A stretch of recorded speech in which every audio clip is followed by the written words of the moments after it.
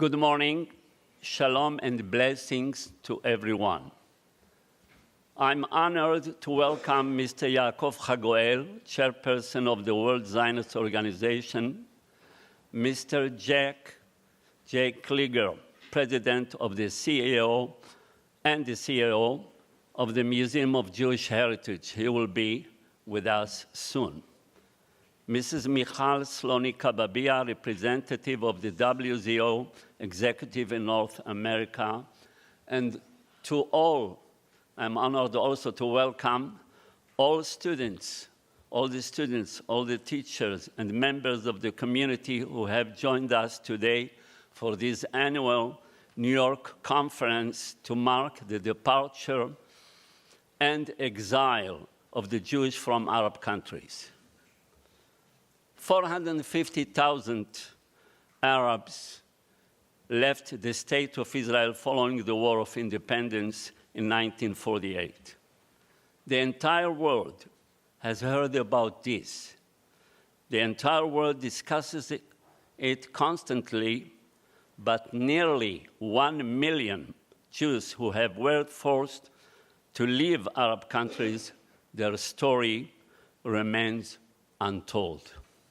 Even the United Nations has failed to acknowledge the reality that a complete ethnic cleansing of Jewish communities took place across the Arab world. As early in 1947, during the UN debates over the establishment of Israel, the Egyptian representative at the UN, Mohammed Hassanin Haikel, declared that if a Jewish state would be declared and that day all Jews in Arab countries would pay the price with their lives and property. And indeed, immediately following Israel's declaration of independence, pogroms intensified and violence against Jewish life and property erupted across every Jewish community in Arab lands. Event followed event, pogrom followed pogrom. In Syria, 1947, the Jewish quarter of Aleppo was set ablaze. 75 people were murdered, hundreds injured. Half of the Jewish population fled the city. In Lebanon, violence erupted in Tripoli in 1945. 14 Jews killed. Later, a bomb was thrown into the Alliance School, killing the principal in the explosion. In Egypt, 1948, a bomb exploded in the Jewish quarter of Cairo, killing 22 people. And a month later, another pogrom claimed 19 more Jewish lives.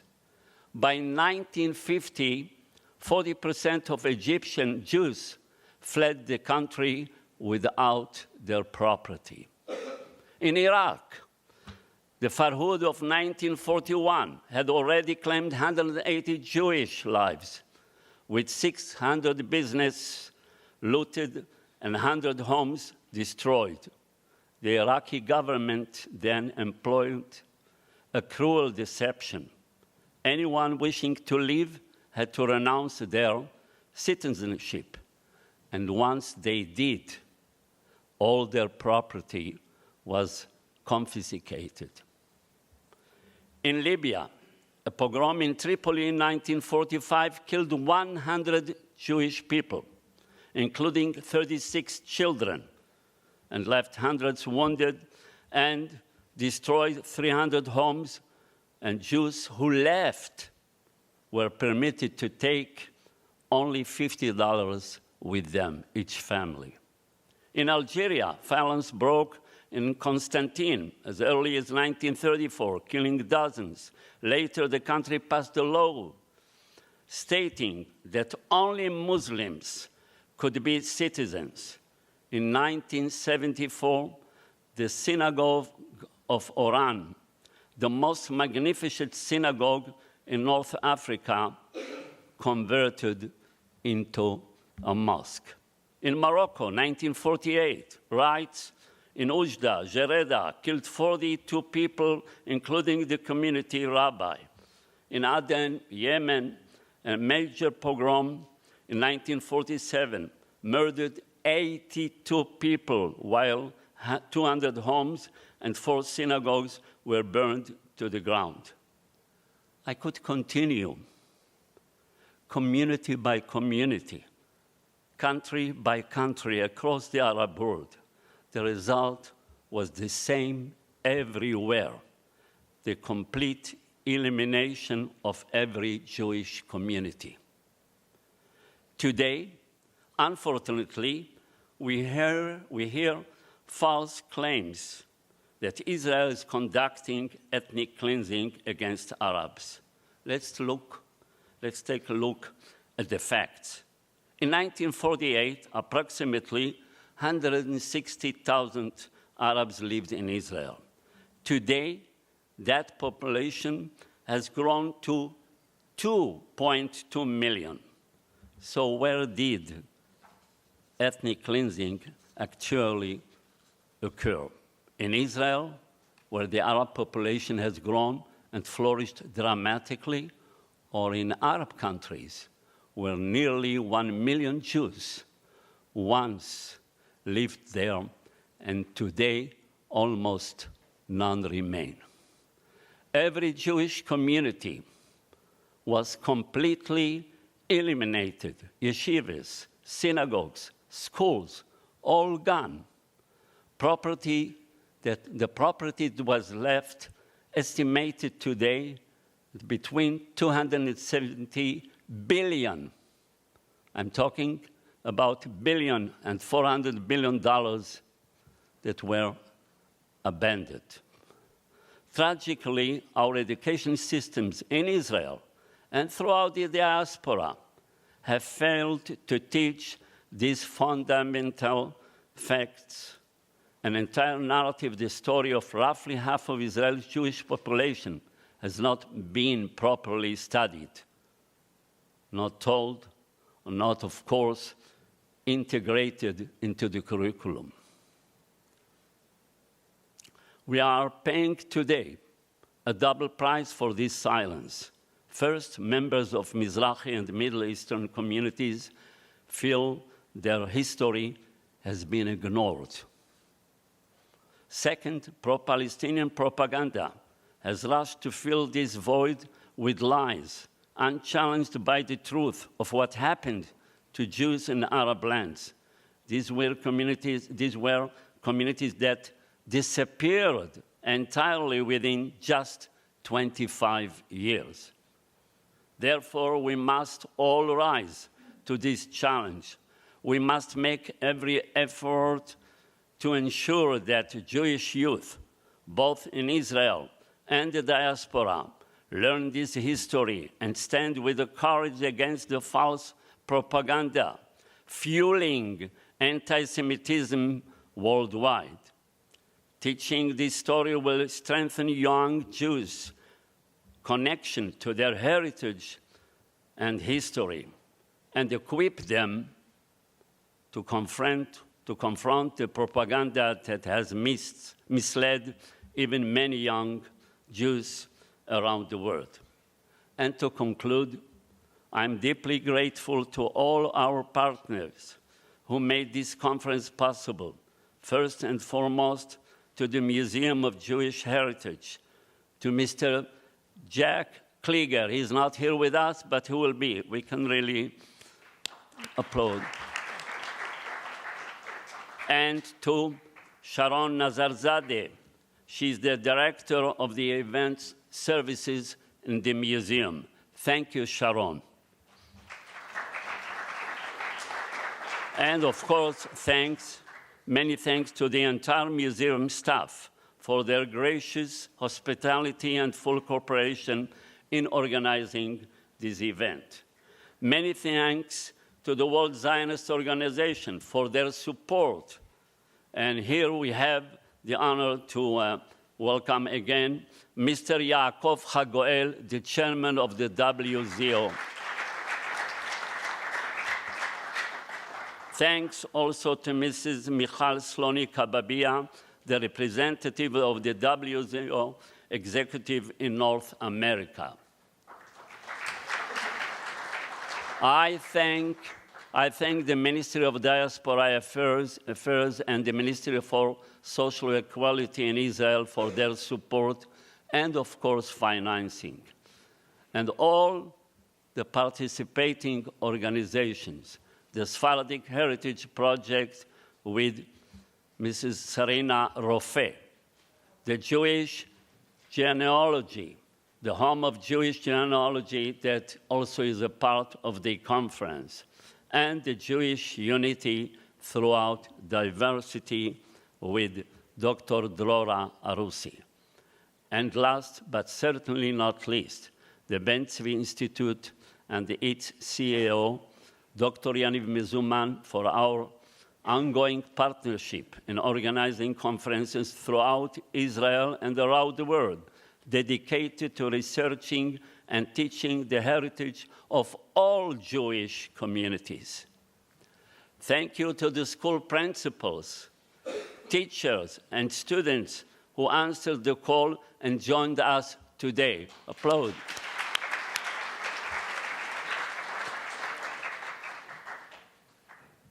My personal thanks and my deep appreciation goes to Mrs. Sarina Rofe and to Dr. Drora Arusi, who worked tirelessly alongside with my team at the Dahan Center to make this conference reality.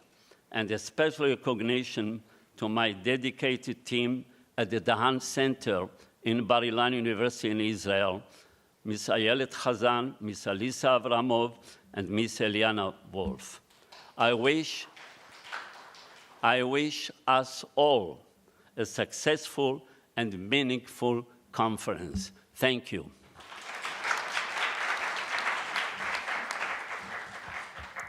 And now I have the honor to call upon for the greetings Mr. Yaakov Hagoel, the chairman of the WZO. Mr. Hagoel, bevakasha.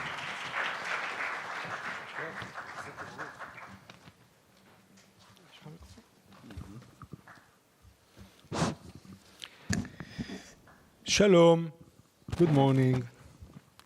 דוקטור שמעון אוחיון, מנהל מרכז דהאן באוניברסיטת בר אילן וחברי הטוב. הגברת מיכל קבביה, נציגת ההנהלה של ההסתדרות הציונית העולמית בצפון אמריקה. חברי, כבוד הרב, עבדי, דוקטור מוטי קידר, תלמידים וחברים יקרים. Dear friends. Thank you, איתן. ראשית, אני מבקש להודות לך, דוקטור שמעון אוחיון. First and foremost, I'd like to thank you, Dr. Shimon Ohayon.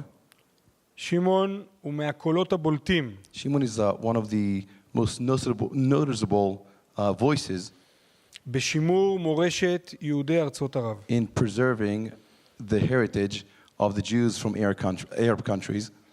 ואחד האנשים שפועלים בהתמדה. And one of the people that act tirelessly כדי להפוך את הזיכרון ההיסטורי הזה לחלק חי בחברה הישראלית. in order to turn this historical memory to a living part of the Israeli society. וגם בקרב הקהילות היהודיות בתפוצות. As well as the various Jewish communities worldwide. פעילותו רבת השנים His many years activities היא עמוד התווך במאבק על האמת ההיסטורית שלנו. serves as a strong light on the struggle on the true history of us all. ישר כוח. Well done.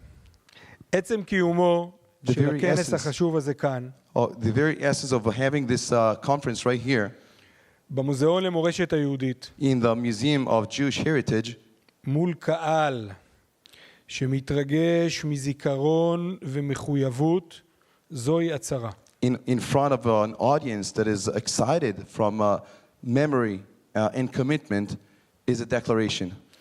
הצהרה על אמת היסטורית. A declaration on historical truth שאסור שתיעלם בין דפי ההיסטוריה או תחת רעשי התעמולה. that must not disappear between the pages of history or under the noises of propaganda.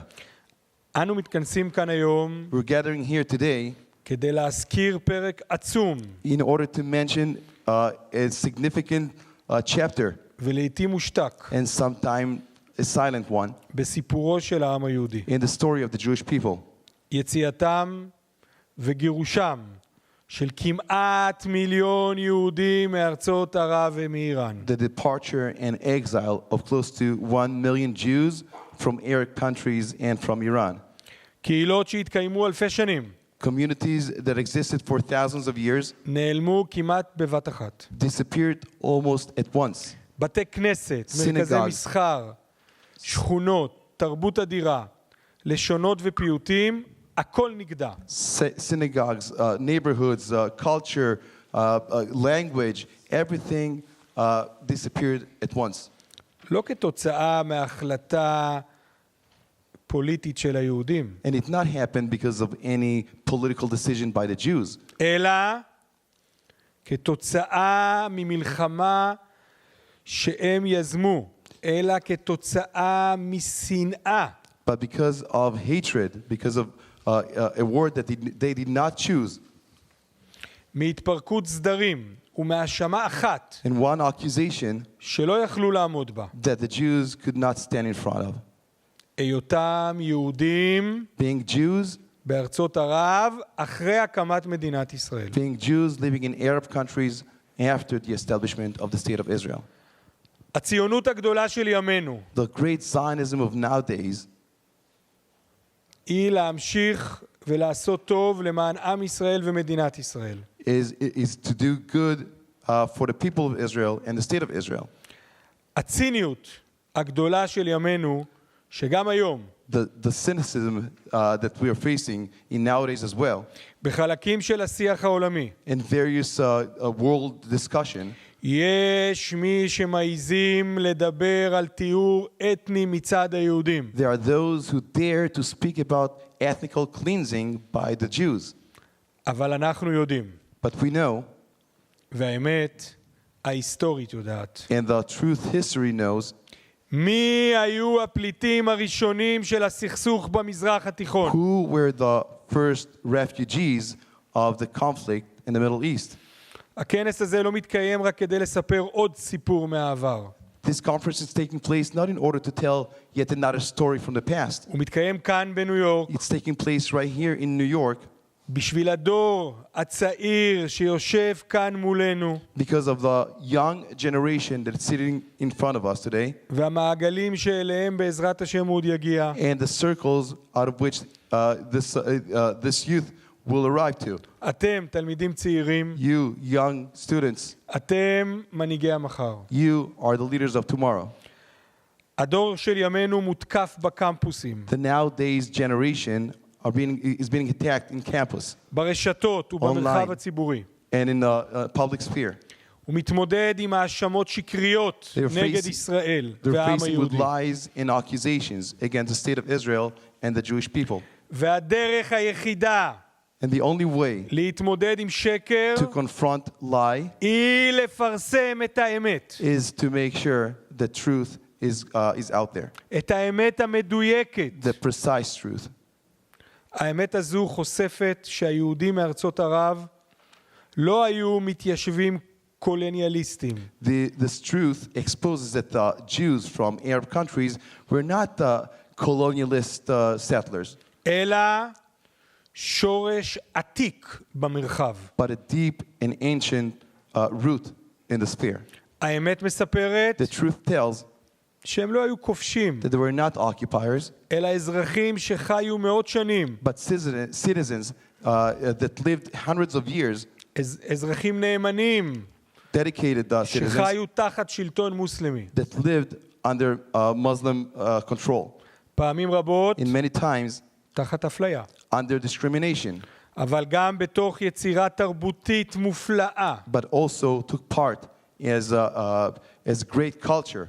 והאמת מספרת And the truth tells שכאשר הרוחות התהפכו, that when things started changing, לא הייתה להם ברירה אלא לברוח. they did not have any other choice but to run away ללא רכוש וללא עתיד. ידוע. without any future and without any of their belongings. והם בחרו להגיע הביתה, And they chose to come home לארץ ישראל. to the land of Israel. והם לא רק נקלטו, And they were not only absorbed, הם בנו את ארץ ישראל ואת מדינת ישראל. they are the ones who built the state of Israel, the land of Israel. את הערים בגבול הצפון, את היישובים בנגב. The towns up north and the towns down south. את החברה הישראלית המודרנית כולה. The modern Israeli society. הם הביאו כוח, They brought power, תרבות, culture, מוזיקה, music, אמונה, faith, מסורת, tradition, משפחתיות ותקווה. family orientation, and hope. הסיפור הזה מתחיל ברדיפה, This story starts with a chase, אבל סופו, ברוך השם, בתקומה. but thank God, at the end of the day, revival. מרכז דהאן שבאוניברסיטת בר-אילן, of Bar-Ilan University, מארגני הכנס, who organized this conference, והצוותים החינוכיים שעובדים עם התלמידים בארץ ובעולם, and the educational system that works together with students here in Israel and worldwide, עושים עבודה היסטורית של ממש. are doing a historical work.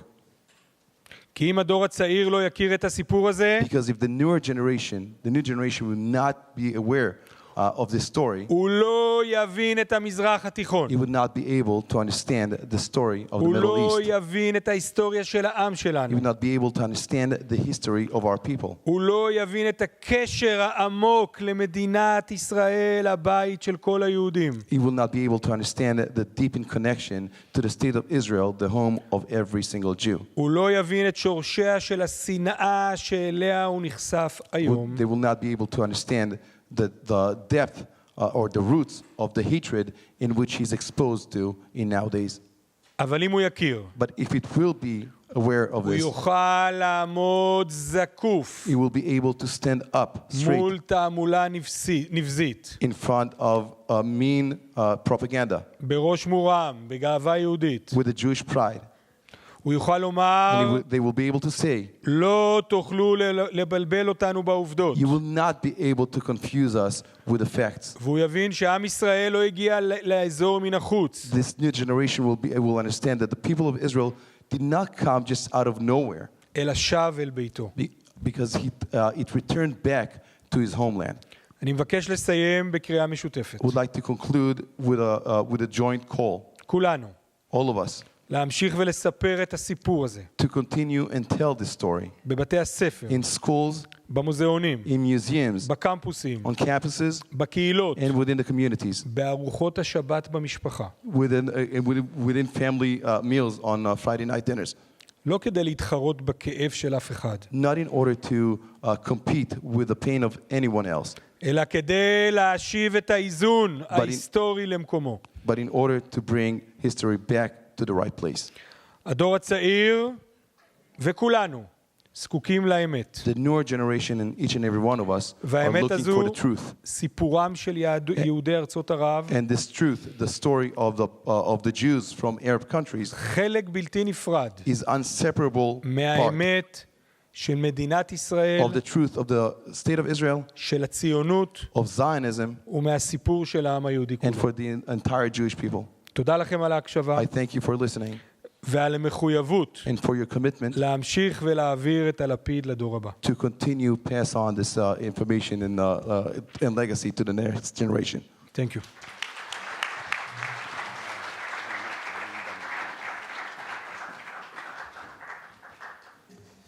Thank you, Mr. Yaakov Chagoel, Chairman of the WZO.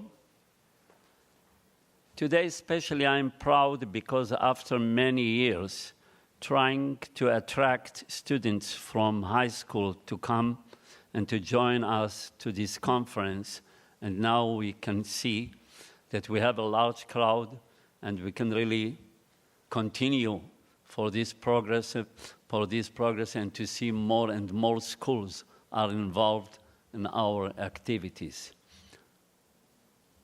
And I'm proud also, I'm honored to ask Michal, Slawny, Cababia, the representative, because really, and I asked her to come also to be with us, because she helped us with her contacts with the schools, with the principals, together with Drora Arusi and Sarina Rofe.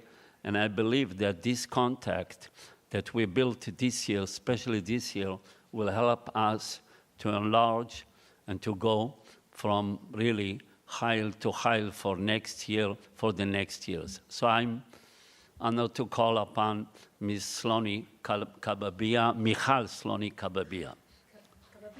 Cababia. Thank you. Good morning, everyone. Thank you, Dr. Shimon Ohayon, Director of the Dahan Center, Mr. Yaakov Chaguel, Chairman of the World Zionist Organization, Mr. Jack Kliger, President and CEO of the Museum of Jewish Heritage, Rabbi Elie Abadie, Ben-Dror Yemini, Mordechai Kedar, Dr. Sarina Rofe, and all the distinguished guests, partners, students, and friends. I'm most excited to see the students, I have to say here. It is a profound privilege to stand here at this important conference commemorating the departure and exile of Jews from Arab countries. We gather not only to honor memory, but also to confront a pressing challenge. We are engaged in a struggle over our story. There's a campaign of serious delegitimization that seeks to erase our history and portray us as outsiders or colonizers in the Middle East. This is precisely why the work of this conference is so vital. The story of Jews exiled from Arab lands is irrefutable proof of our deep roots in this region. It dismantles falsehoods. And it is especially important to tell it now because more than half of Israel's Jewish population today descends from these communities. Israel is not a monolith. It is a diverse society made up of Jews from Arab lands, from Europe, from Africa, and beyond. That diversity itself is a powerful answer to this distortive narrative of oppressed versus oppressor, which I'm sure you've heard over the last several years. Our people's story is not one of colonialization, but of survival, resilience, and return. The Jews who migrated, fled, or were expelled from Arab countries, they did not vanish. They came to Israel, rebuilt their lives, and became an inseparable part of the Zionist story. The Zionist movement is not only about Jews from Europe, but it's about Jews from across the Middle East and North Africa. Their voices, traditions, and sacrifices must continue to be included in the larger narrative of our national rebirth. But if we are to succeed, we must always find ways to tell the story to the next generation.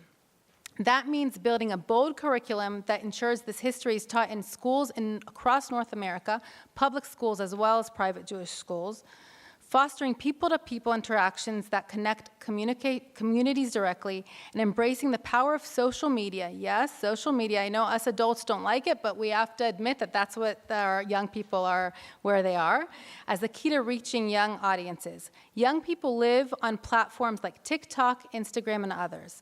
We must be creative, innovative, and bold in how we share this history. Through short videos, music, art, and storytelling that speaks their language. We must partner with content creators and influencers who already shape the conversations of millions online. And we must also weave this story into youth programs across Jewish communities across North America. By bringing it into camps, schools, and educational initiatives, we ensure that young Jews everywhere understand this chapter of our history and are empowered to share it with pride. Only then will they be able to carry this memory forward, becoming active partners in telling the Jewish and Israeli story to the entire world. I extend my deepest gratitude to the organizers and to the partners of this great conference. Together, we will make certain that our story continues to be heard, to resonate, and to safeguard our future. And let me end with this. Each of us must become storytellers in our own way, whether through scholarship, art, dialogue, social media, or personal testimony. We will carry the responsibility to pass this history. We all carry the responsibility to pass this history forward. Only by doing so, we will ensure that our truth endures and that our future remains secure. Thank you.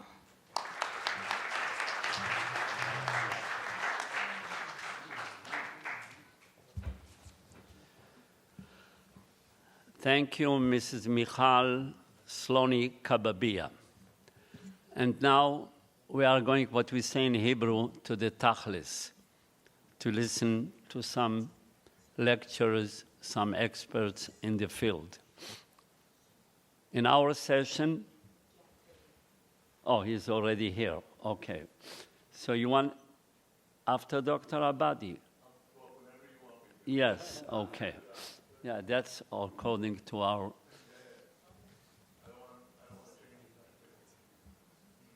So we are going to listen to three speakers, Rabbi Dr. Elie Abadie, Dr. Mordechai Kedar, and Mr. Ben-Dror Yemini. Each one will speak about 20 up to 25 minutes, as less will be also good for us. And of course, we are going to include some student presentations in this first session and also in the second session. So I would like to call upon the first lecturer, Rabbi Dr. Elie Abadie, and I have the honor to introduce him and to say a few words. Rabbi Dr. Elie Abadie. Is he with us? Yes.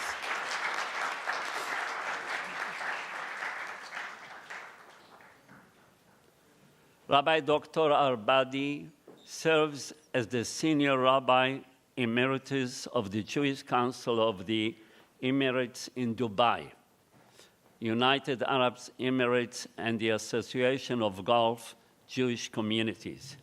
He is the founding rabbi and served as the spiritual leader of the Edmond Safra synagogue and the founder and rabbinic advisor of the Moise Safra Center in Manhattan. He is a scholar of Sephardic Judaism, history, philosophy, and comparative traditional law. He was the director and professor at the Jacob Safra Institute of Sephardic Studies at Yeshiva University and currently serves as the president of the JJAC. JJAC is known as a special organization. The idea is JJAC is Justice for Jews from Arab countries. Dr. Abadie will speak about, the topic will be, who are the Jews who were expelled? Rabbi Dr. Abadie, please.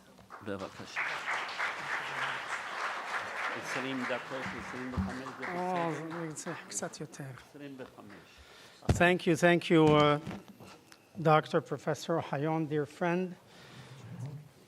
Distinguished, my very dear friend, Chairman Yaakov Haguel, honorable speakers, dear friends, some from long time, some new, and my very dear students that are here. For over 25 years, well before the rise of Islam, Jews and Jewish communities existed throughout the Middle East and North Africa. As one of the region's most ancient indigenous peoples, their continuous presence predates Arab conquest, in some cases by more than 1,000 years. As you can see, Iraq, 6th century before the Common Era. Egypt likewise, Iran likewise, Libya slightly later, Lebanon, Yemen. You can see how old those communities have been there.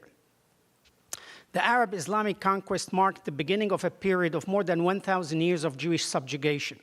Under the terms of the Pact of Omar, Jews were designated as dhimmis, a legally tolerated but humiliated class. Though granted limited protection, they were systematically relegated to second-class status and subjected to social, legal, and economic discrimination. As dhimmis, Jews were permitted to practice their faith only by paying a special tax known as the jizya. Their religious, educational, and commercial activities were heavily restricted, and they lived under a framework of codified inferiority. Discrimination rules barred them from holding public religious ceremonies, excluded them from positions of authority. Synagogues could not rise higher than mosques. Jews were forbidden to ride horses, only donkeys, and were required to dismount when passing a Muslim in the street. It was systematic degradation. In the 19th and early 20th century, under European influence, Jews were admitted to modern educational systems and entry into new socio-economic spheres. Jews were permitted, played significant role, and contributed to the societies in which they lived in numerous fields, including scientific, medical, economic, academic, cultural, arts, crafts, etc. However, the colonial powers did not always protect the Jewish minority in times of trouble.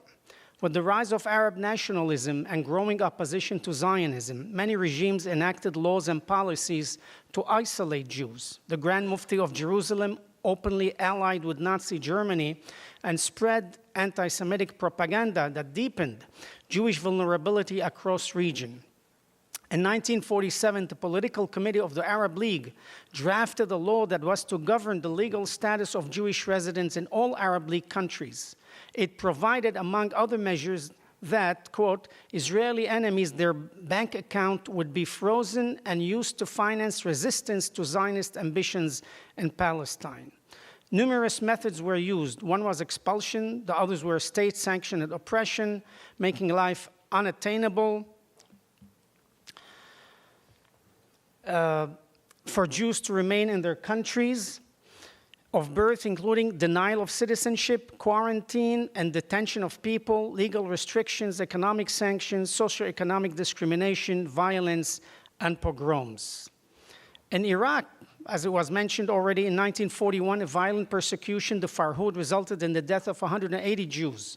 Homes, businesses, and synagogues were looted and burned. In Syria, anti-Jewish Haraya burnings erupted in Aleppo in 1947. Of the town's 10,000 Jews, 7,000 fled in terror. After the 1947 United Nations General Assembly resolution on the partition plan, Muslim rioters engaged in bloody attacks in many countries. My own parents' story, how they suffered that day, those weeks and months, and how they had to escape under the penalty of death. I'm sure many of you have heard my personal story. If not, you could Google it and you'll find it. I will not go into that now. So in 1948, in Aden, killed 87 Jews. In 1948, more than 70 Jews were killed by bombs in the Jewish quarter in Cairo, Egypt. The 20th century witnessed the mass expulsion and flight of Jews from across the Middle East and North Africa. Here you have how many population in all of these 11 countries, plus what is left today. The scale of this forced displacement constitutes one of the most significant and overlooked cases of ethnic cleansing in modern history.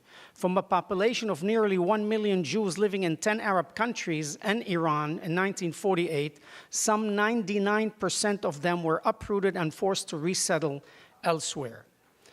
From 1948 to 1972, as portrayed in the following map by Sir Martin Gilbert, some 70% of Jews from Arab countries resettled in Israel. The rest emigrated to Western countries such as Britain, France, USA, and Canada. Now, who are the Jews that were expelled? As it was mentioned, I'm a co-president of JJAC, and in the last 7 years, we have researched and studied the Jewish communities and their lost assets, and issued this past year a very detailed report of all 11 countries, their culture, what they left, how much money they left, and possessions. The report documents the historical injustices suffered by the Jews and the valuation of assets left behind. The scope encompasses the Jewish communities of the 10 Arab countries and Iran, including Aden, Algeria, Egypt, Iraq, Lebanon, Libya, Morocco, and Syria, Tunisia, and Yemen. This project considers all kinds of losses of individual Jews as well as communal assets. The project documents Jewish market value losses at the relevant benchmark here, plus interest. The final figures should reflect the actualized present-day valuation of all assets under consideration reflected in 2024 US dollar value. As you can see, almost approaching $300 billion, the grand total, but each country has a different figure. So let's begin briefly each country. The Jews of Aden, for example. The Jewish community of Aden was a British protectorate and port city with a diverse population emanating from Yemen, Egypt, Turkey, and India. Though Jews had lived in Yemen for millennia, the Jewish presence in Aden during the British period, 1839 to 1967, constituted one of the youngest and most unique Jewish communities in the Middle East. Following British occupation, Aden developed into a cosmopolitan commercial hub, attracting migrants, including Jews from across the region. The Jews of Aden enjoyed civil equality under British protection, a dramatic shift from the dhimmi restriction that characterized Jewish life in the Arabian Peninsula. An outbreak of violence, however, occurred in December 1947 after the partition resolution. Over 3 days, 887 Jews were murdered, scores injured, and amount of Jewish property destroyed. Between 1948 and 1950, most of the community, some 8,000 people, left for Israel. By 1950, only a few hundred Jews remained. Continued instability, rising Arab nationalism, and worsening hostility in the 1960s prompted the final evacuation of the remaining Jews following the Six-Day War in 1967, culminating in the complete disappearance of their community. And this is the amount of people. From 8,000 today, no Jews live there. Let's move on to the Jews of Algeria. The Jewish presence in Algeria spans over 2 millennia, beginning with settlements along the Mediterranean coast in the Phoenician period and expanding through waves of migration from Judea, Arabia, and later Spain and Italy. This long-standing community flourished culturally and demographically in urban centers such as Algiers, Oran, and Constantine. And this is the synagogue of Oran. Following independence in 1962, Algeria denied citizenship to non-Muslims, triggering a mass Jewish exodus, primarily to France. Most Algerian Jews chose France because they already held French citizenship under the 1870 Crémieux Decree, which has granted them full rights as French nationals. By 2007, fewer than 20 Jews remained in Algeria. Today, there are reportedly no Jews remaining in Algeria. And these are the numbers, from 140,000 to 0. And now we move to the Jews of Egypt. Egypt played a significant role in Jewish history. With a continuous Jewish presence dating back to biblical times, Jewish communities thrived under Hellenistic, Roman, and early Islamic rule, particularly in Alexandria, with the great synagogue that even the Talmud speaks about, which housed the largest urban Jewish population in antiquity. Jews contributed significantly to Egypt's economy, establishing businesses, banks, and infrastructure. Notwithstanding their contributions, Jews often faced discrimination and persecution. In 1927 and 1929, citizenship laws were adopted based on blood, origin, and religion, of course, excluding Jews. From 1945 to 1948, Jews were expelled from government positions. In November 1945, riots in several cities resulted in 10 Jews being killed and 350 injured. A synagogue, a Jewish hospital, and an old-age home were burned down. The 1945 anti-Jewish riots and Egypt's participation in the 1948 Arab-Israeli War marked the beginning of the total subjugation of the Jewish community, leading to the ultimate displacement. In June 1948, military regime barred Jews from leaving for Israel. And on November 2nd, 1948, riots and looting took place in Cairo following the mass imprisonment. In May of 1,000 Jews accused of being Zionists. In February 1949, Jewish assets were foreclosed, whether the owners lived in Egypt or abroad. On January 26, 1952, we have all exact dates because all of that has been documented. Riots known as the Black Sabbath, Sebt al-Aswad, erupted in violence, destroying property in Cairo. In 1950s, Jews were systematically stripped of their passports when leaving the country, and by 1950 to 56, successive citizenship laws rendered 40,000 Jews stateless. From 56 onward, the Sinai or Suez campaign marked a turning point. More than 1,000 Jews were arrested, Jewish businesses and properties were confiscated or nationalized, and thousands were expelled with passport stamped final departure. That was the gift of Gamal Abdel Nasser. Everyone was forced to abandon their homes and assets, and by the late 1950s, most Egyptian Jews had fled. In the early 1960s, Nasser's regime further restricted Jewish life, economic decrees, and in 1961 stripped Jews of ownership in banks, factories, and commerce, all without compensation. During the Six-Day War of 1967, some 400 to 500 Jews were imprisoned in camps under harsh conditions. I know few people personally. The few thousands Jews still in Egypt faced constant harassment. By 1970, the once vibrant community has been reduced to a remnant, surviving under surveillance with no functioning Jewish community. Today, only a handful of elderly Jews remain, marking the near end of a century-long Jewish presence in Egypt. I visited Egypt a few years ago. I met with President al-Sisi. I discussed that condition, and he promised to, I asked him that we should remove the 178 Sifrei Torah that are there. He said he'll be gladly to make copies of them and give it to them, but the original ones will stay as the property of Egypt and culture of Egypt. And this is the numbers. There are maybe, if not two, there may be four.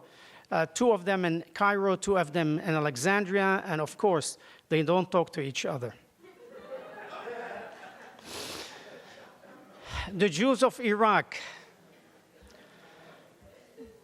Jewish settlement in modern-day Iraq dates back to 586 BCE from the destruction of the first temple in Jerusalem. Over centuries, Iraqi Jews played a central role in Judaism, producing the Babylonian Talmud, the very famous, and influencing Jewish communities worldwide. The Gaonic period also was in Babylon. The famous yeshivot, Surah and Pumbedita were there.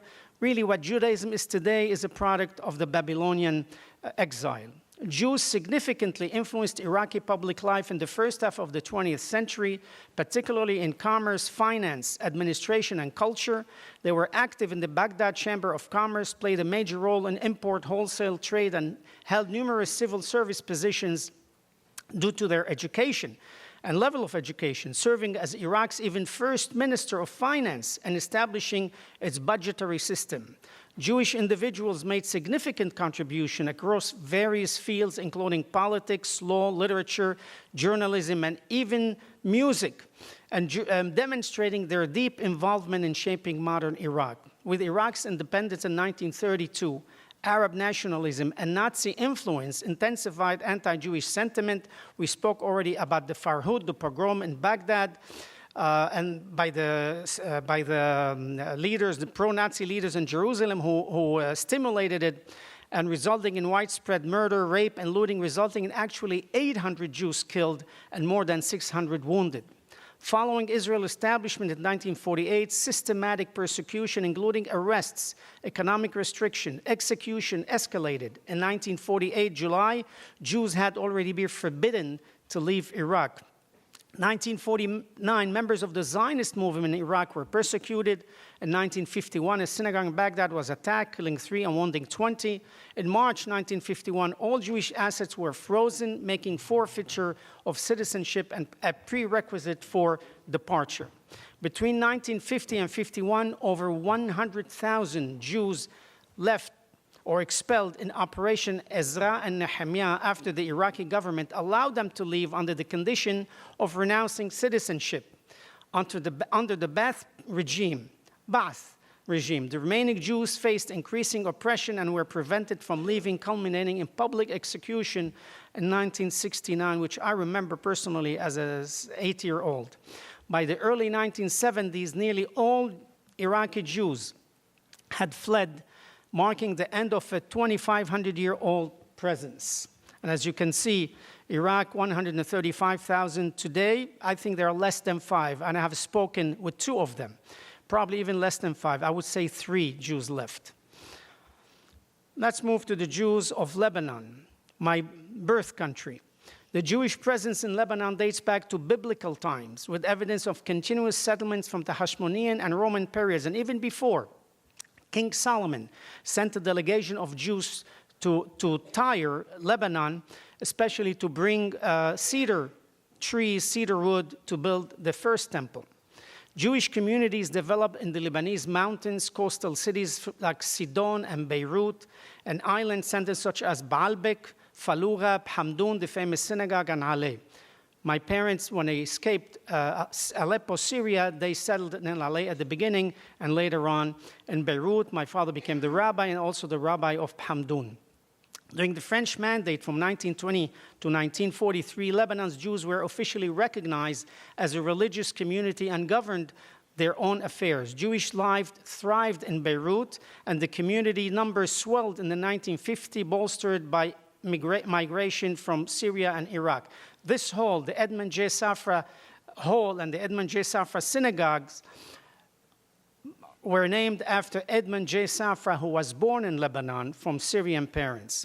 The Jewish community in Lebanon, though small, played a significant role in the country's economic and cultural development, especially in Beirut. During the late Ottoman and French Mandate period, Jews were active in trade, finance, and industry.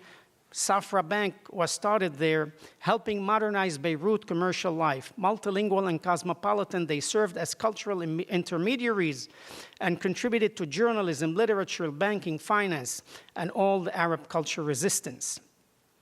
Certainly, at that time, Beirut was known as the Paris of the Middle East, and Lebanon was the Switzerland of the Middle East. Jews in Lebanon faced increasing hostility as the Arab-Israeli conflict intensified.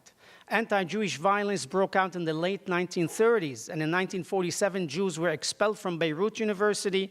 Zionist clubs such as the Maccabi were banned. Jews were dismissed from government jobs, and Jewish youth movement prohibited. While some Christian factions protected the Jews, government policies, however, increasingly discriminated against them. Jewish institutions were shut down, Zionism was criminalized, and the press promoted public shaming and extortion campaign. And this is the picture of the bombed alliance that Professor Ohayon mentioned. The Lebanese Civil War in 1958, and especially the Six-Day War in 1967, marked turning points in the community decline as the power of Muslim and Palestinian forces rose after Black September in 1970, which I remember very well, the protest, the so-called Palestinian PLO marching in the streets of Beirut with their Kalashnikov.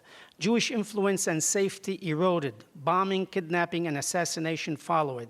I know few people personally, as a little kid, that they were kidnapped during the civil and then disappeared, actually. During the Lebanese Civil War from 1979 to 1975 to 1990, the situation for the Jewish community in Lebanon deteriorated dramatically. Jews found themselves increasingly marginalized and vulnerable. Jews who had historically maintained a neutral position became targeted due to their perceived association with the Israeli state. The Jewish community faced harassment, forced displacement, and attacks on their property. Between 1984 and 1987, 11 prominent Jews were kidnapped and murdered by the Shiite group linked to Hezbollah. Many Jews felt compelled to flee the country, with a significant portion leaving Lebanon permanently. By the end of the war, the Jewish population in Lebanon had dwindled to almost nothing, with few Jews remaining in the country. Today, less than, I would say, 30 Jews remain in Lebanon. Many of them are mixed married. Many of them are descendant of mixed married couples. I was invited, actually, as the senior rabbi in the Gulf and the Emirates, I was invited to visit Lebanon officially. I requested a clear word from Hezbollah that they will welcome me, that they will protect me, and there will be no incident. The word came back from one of the Hezbollah leaders, said, "We would love to see you. You are more than welcome to come. We will protect you. However, we will never know if there is one crazy guy who might attempt against your life." Needless to say, I decided not to travel. The Jews of Libya. Again, the Jews of Libya.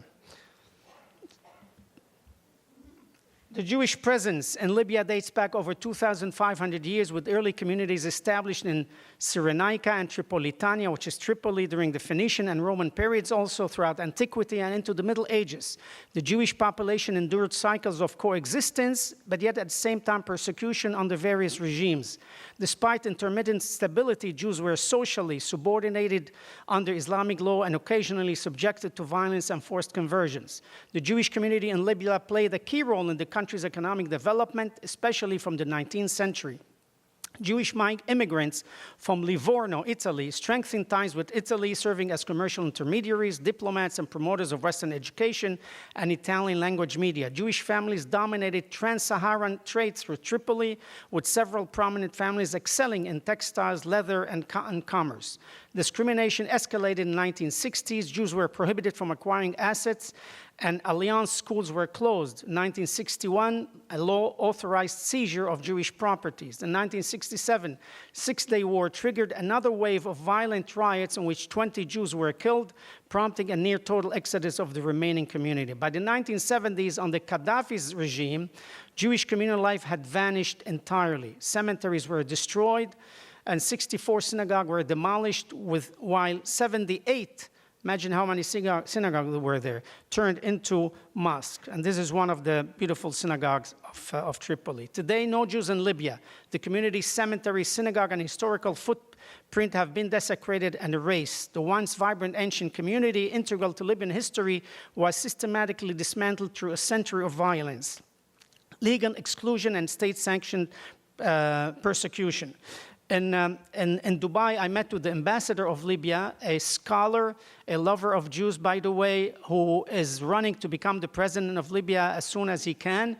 And he promised me that he will renew, renovate all the Jewish communal assets there, and the Jews will be welcome to go. And he told me, you will be at my inauguration. I'm waiting for that day. The Jews of Morocco. The Jewish presence in Morocco dates back to antiquity, with traditions tracing its origin for the First Temple period. Throughout Moroccan history, the Jewish population alternated between relative autonomy and periods of persecution. In 1033, that's over 1,000 years ago, 1,100 years ago, a massacre occurred in Fez, in which 6,000 Jews were murdered or injured. The creation of the Mellah, the Jewish quarter in Fez in 1438, 500 years ago, institutionalized segregation, almost 600, and pogroms such as the 1465 massacre further demonstrated the precariousness of Jewish life. The influx of Iberian Jews in 1492 revitalized Moroccan Jewish Jewry culturally and economically, many contributing as skilled artisans, court merchants, but the Jews remained second-class dhimmis under Islamic laws, facing always restriction and recurrent violence. Now, the Jewish community of Morocco played a vital role in the country's economic, cultural, and political life. And in fact, it was recognized a few years ago, and I was invited to that, where a law in the Constitution of Morocco was proclaimed like 3 years ago. The new one establishes the presence of the Jews and also the contribution to their country. It's in the Constitution of Morocco.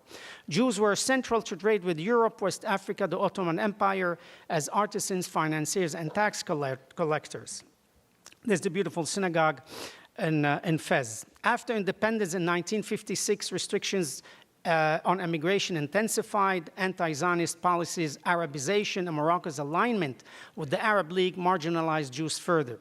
1961, the sinking of the Agos ship and death of King Mohammed V catalyzed mass migration. 12 Jewish girls were abducted and forcibly converted in 1962, and the famous Operation Yachin, 1961-64, secretly coordinated between Morocco and Israel, facilitated the legal immigration of nearly 100,000 Jews. By the 1970s, Morocco's Jewish population had dropped dramatically. Today, only 2,500 Jews remain there from 265. Jews of Syria, where my parents come, Jewish communities lived in Syria for more than 2,500 years, representing one of the most ancient and enduring Jewish presence outside the land of Israel, even from the time of King David. That's 3,000 years. The synagogue of Aleppo, the famous great synagogue, was built by Yoav ben Zeruiah, the minister of war of King David. The community was renowned for its substantial economic contribution. Jewish merchants in the Silk Road, they played important roles in international commerce, connecting Syria to Baghdad, Persia, and India. And this is the famous great synagogue that unfortunately a lot of it has been destroyed in the civil war in the last 10, 15 years. That's the synagogue where the Aleppo Codex was being preserved, and it was whisked to Israel in the 1950s. And the very famous Damascus affair in 1840, where an Italian monk and his servant disappeared in Damascus. Jews were accused, were tortured until they confessed under torture. News of that happened throughout the Middle East that caused more Jewish attacks in many other Middle Eastern countries. Several Jews were killed, many tortured, and 63 Jewish children were held hostage. It wasn't until November 1840, that's from February to November, that it was discovered that it was a blood libel against the Jews, and the incident, as I said, came to be known as the Damascus Affair. November 1947, the Haraya after the partition plan, the famous Haraya, which means the burning of synagogue, Jewish homes and Jewish stores, confiscation of property, and that is when my mother left first, followed by my father a few years later. So in Damascus, on August 5th, 1949, they killed 13 Jews, and in April 1950, Jewish property in Aleppo and Kamishli was seized and handed to Palestinian refugees with ransom imposed on departing Jews. In 1973, communication with the outside world was forbidden. Jews were being followed everywhere that they go, and they knew because they had the agent behind them. They did it without any problem. So over the years, the Jewish population experienced dramatic decrease. Many escaped. Many were killed while escaping. So from approximately 50,000 Jews in the early 20th century, dropping to today, Aleppo, 0 Jews, Damascus, 3 Jews. In 1992, the Syrian Jewish community was effectively eliminated, with most Jewish refugees settling in Israel and the United States, driven out first by state-sponsored persecution, but it was really done after a hefty ransom paid actually by Edmond J. Safra and a few others, given to President Hafez al-Assad. $500 million was given for that. Jews of Tunisia, we're finishing. I'm trying to give you also the cultural background of these communities, not just the persecution, so we could appreciate what kind of communities, as the title says, who were the Jews that were expelled. So in Tunisia, Jews maintained a significant role in commerce, especially in urban centers, but still they lived under the dhimmi system. They managed to preserve their traditions, strong religious institutions. An influx of Sephardi Jews, notably from Livorno, soon played a dominant role in economy. Jews contributed also significantly to the country's modernization, excelling in law, medicine, the arts, commerce, and even in national politics. So that was the story of Tunisia. In World War II, Tunisia came under the pro-Nazi Vichy rule, and in 1940 was briefly occupied by Nazi forces. Anti-Jewish riots followed Israel establishment in 1948. Jews were increasingly seen as foreign and disloyal. In 1958, Jewish community institutions were dissolved. In 1961-62, Jews were permitted to take only 1 dinar on leaving the country. In July 6, 1967, rioters looted the Jewish quarter and the Great Synagogue was set on fire. Jews were murdered in Jerba in 1982. And on April 11, 2002, just 3 years ago, the Jerba Synagogue was attacked again. So from a peak population of 105,000, it went down all the way to, I would say, not even 1,500. Today, there are 1,200 people mostly living in Jerba. And here's the numbers. And the Jews of Yemen, presence in Yemen again dates even to the time of King Solomon, which is 3,000 years ago, biblical times. In the 1st century, there was a flourishing community. By the 3rd century Common Era, the Himayarite kingdom in southern Yemen embraced Judaism as a state religion, became a Jewish kingdom, similar to the Khazars kingdom over 1,200 years ago.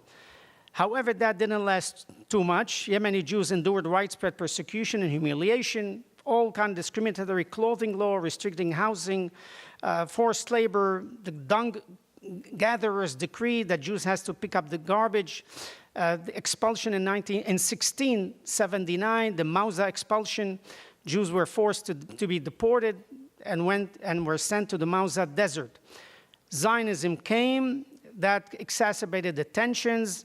Many Jews were accused of supporting Zionism. There was a pogrom, which left 87 Jews dead. Jewish property were registered for ransom. and basically that precipitated a mass exodus. The famous On Wings of Eagle in 1949-50s, where 49,000 Jews were taken to Israel. The last Jewish family actually was rescued by the United Arab Emirates Security Services in 2021 upon my personal request, as I got information that there is a family there that need to escape. As the senior rabbi of the UAE at that time, I asked the UAE government, and they rescued that family, passing 27 security borders. The only Jew that is left today in Yemen is Levi Marhabi, which we have made a campaign to rescue him. He is in prison. He's being tortured. For what? For smuggling a Sefer Torah out of the country. And lastly, the Jews of Iran. The Jewish presence in Iran dates back also 2,700 years ago from the destruction of the first temple. The Assyrian exile started, and Jews actually flourished under Cyrus the Great after Ahasuerus, who allowed them to return to Jerusalem and build the second temple. But the significant deterioration took place when Muslim conquest began. Shia Muslim Islam was imposed in the 16th century. Jews were labeled as najis. Najis in Arabic means impure. Subjected to humiliation, violence, pogroms, forced conversion, and the very famous forced conversion of 1839 of Mashhadi Jews, that they had to live almost 100 years as crypto-Jews, similar to the Jews in post-Inquisition Spain and Portugal. Most Mashhadi Jews migrated to Vienna, Austria, Israel, and also very famous here in New York, and first in Queens and then in Great Neck. It wasn't only until the Pahlavi dynasty that Jews played an outsized role in country's 20th century modernization, banking, textiles, insurance, plastic, pharmaceuticals, and they found themselves to be leaders of those sectors. They made major contribution to academia, medicine, and culture in Iran. They held 2% of university faculty position, given that their proportion of population was 10 times less than that. Made up 6,000 of Iran's doctors and had 4,000 university students out of 100,000 nationwide. Jewish scholars and journalists gained national prominence. Of course, the 1979 Islamic Revolution reversed all of that. There were Jews hanging in the plazas in Tehran. Jewish assets and properties were confiscated, and many Jewish leaders were executed. This is the synagogue in Urmia, and after it was ransacked. Now, while Ayatollah Khomeini publicly distinguished between Jews and Zionists, Jews were disproportionately targeted, and anti-Semitic rhetoric escalated. Of course, there was a mass immigration from over 100,000 Jews in Iran. Today, there are less than 12,000. College. He told me that the atmosphere, the propaganda, the brainwashing against Israel and against Jews, he felt like if he's living, he never knew what is the 30s, but he felt so bad, even as anti-Zionist, that he opened his eyes. He said, something is wrong here. And yes, he began to read a bit. And he decided, I cannot continue. It's unbearable to stay in the college and be brainwashed again and again against Israel. American college. He moved to Israel in order to go to the IDF. That's what he's doing now. It's very sad, but this is the story of so many people around here. They just don't know. They don't know the realities. They just don't know, my presentation is here. And what is the reality? And I'm speaking about facts, not about politics. The reality is that if we begin with Zionism, we have to bear in mind that since October 7, but even much before, so many academics, so many scholars, so many newspapers, public, well, you know, what the Hamas did is justified. Why is it justified? there are many reasons, but one of them, I'm not going to cover all of them because we do not have the time. We will need 7 hours that I was not given. I mean it, by the way.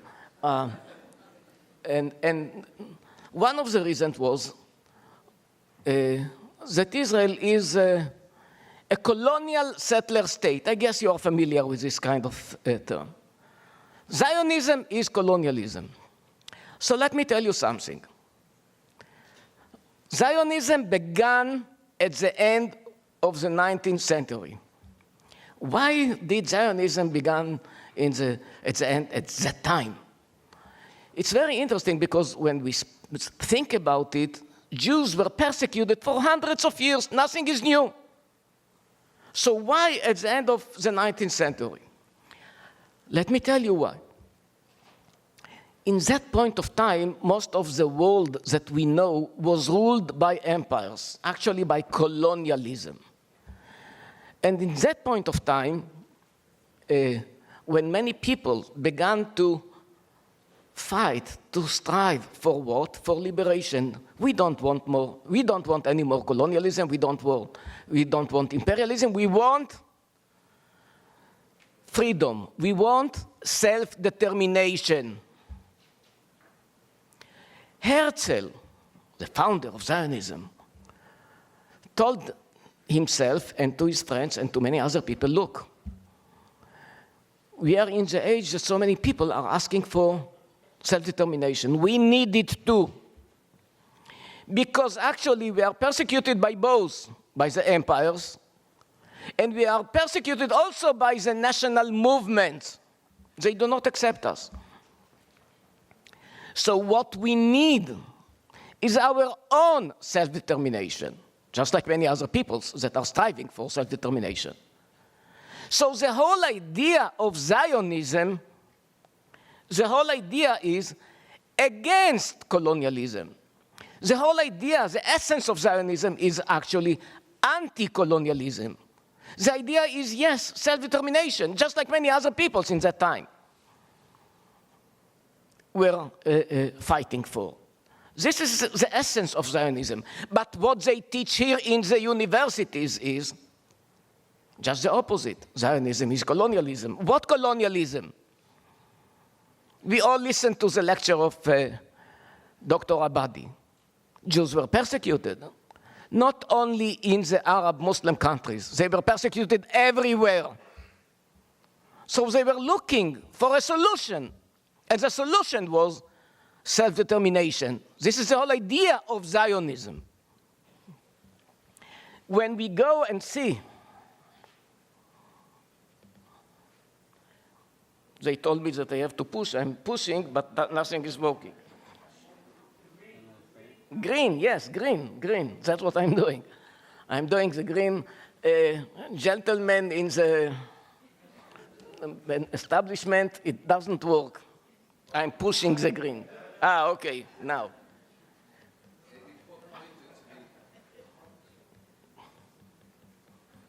No. It doesn't work.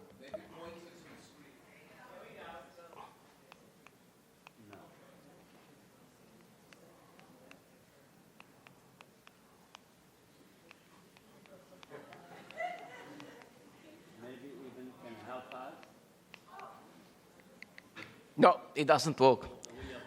You know what? Let me tell you a secret. I don't know what happened exactly, but I'm familiar with that kind of problem. So I educated myself, even if it's what?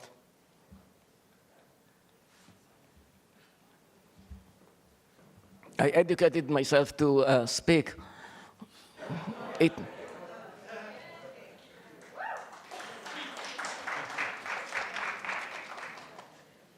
Okay, what we see here is actually the age of empires, the age of colonialism. Yes, but it's not only one picture that I need, not only one slide, I need much more. I have hundreds that I'm not going to show you everything, but but if I can control it, it will be much better to the whoever is. Okay, I will continue anyway. Now, what happened actually? when we continue with history, what happened at the beginning of the 20th century is that Zionism began to spread.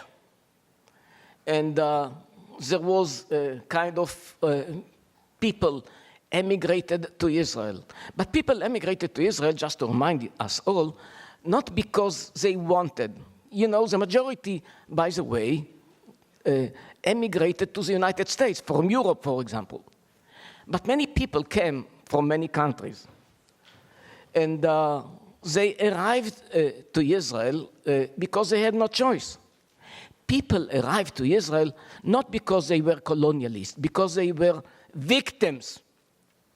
The guy here spoke about Yemen. My family arrived from Yemen about more than 100 years ago. They arrived to Israel because of persecution. One of the reasons, it was even mentioned here, it was the orphan decree. The orphan decree, the meaning is that, yes, if you don't have parents or if you are a small kid, they might forcibly convert you to Islam, kidnapping you and convert you to Islam. So many people just left, escaped from Yemen, just like as they did. Wow, good news. No, it's not. The green is the opposite way. No?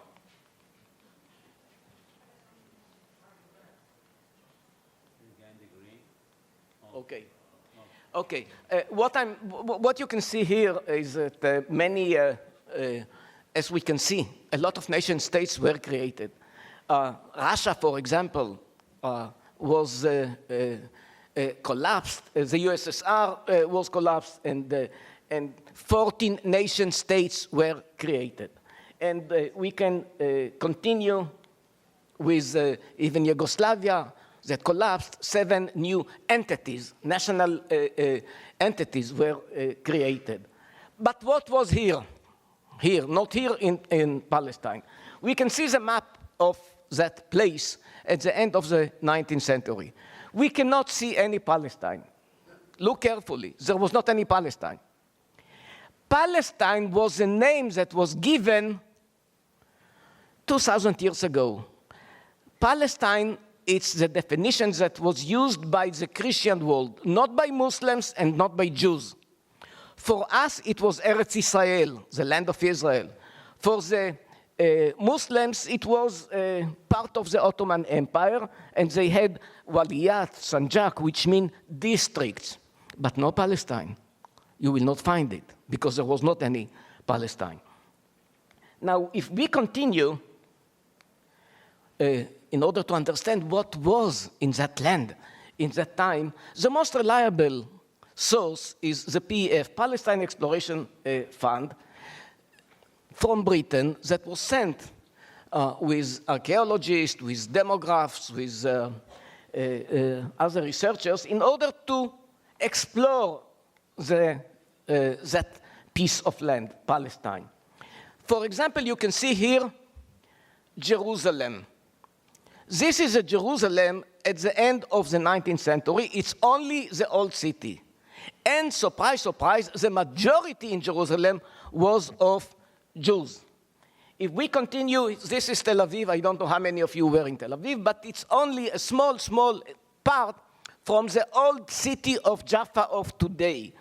Tel Aviv of today is something like all the map together. And if we continue, we find out that actually, when Zionism began, it was welcomed, very strange, but it was welcomed by the Muslims. And immediately after, there was the Balfour Declaration of 1917. People do not understand many times the Balfour Declaration, but the Balfour Declaration was the outcome of the international recognition in the right for self-determination. It was not a colonialist declaration. Just the opposite. And the whole idea of the mandat that came immediately after was, for a short time, there will be a superpower that will supervise the land in order to realize the right for self-determination for the Jews.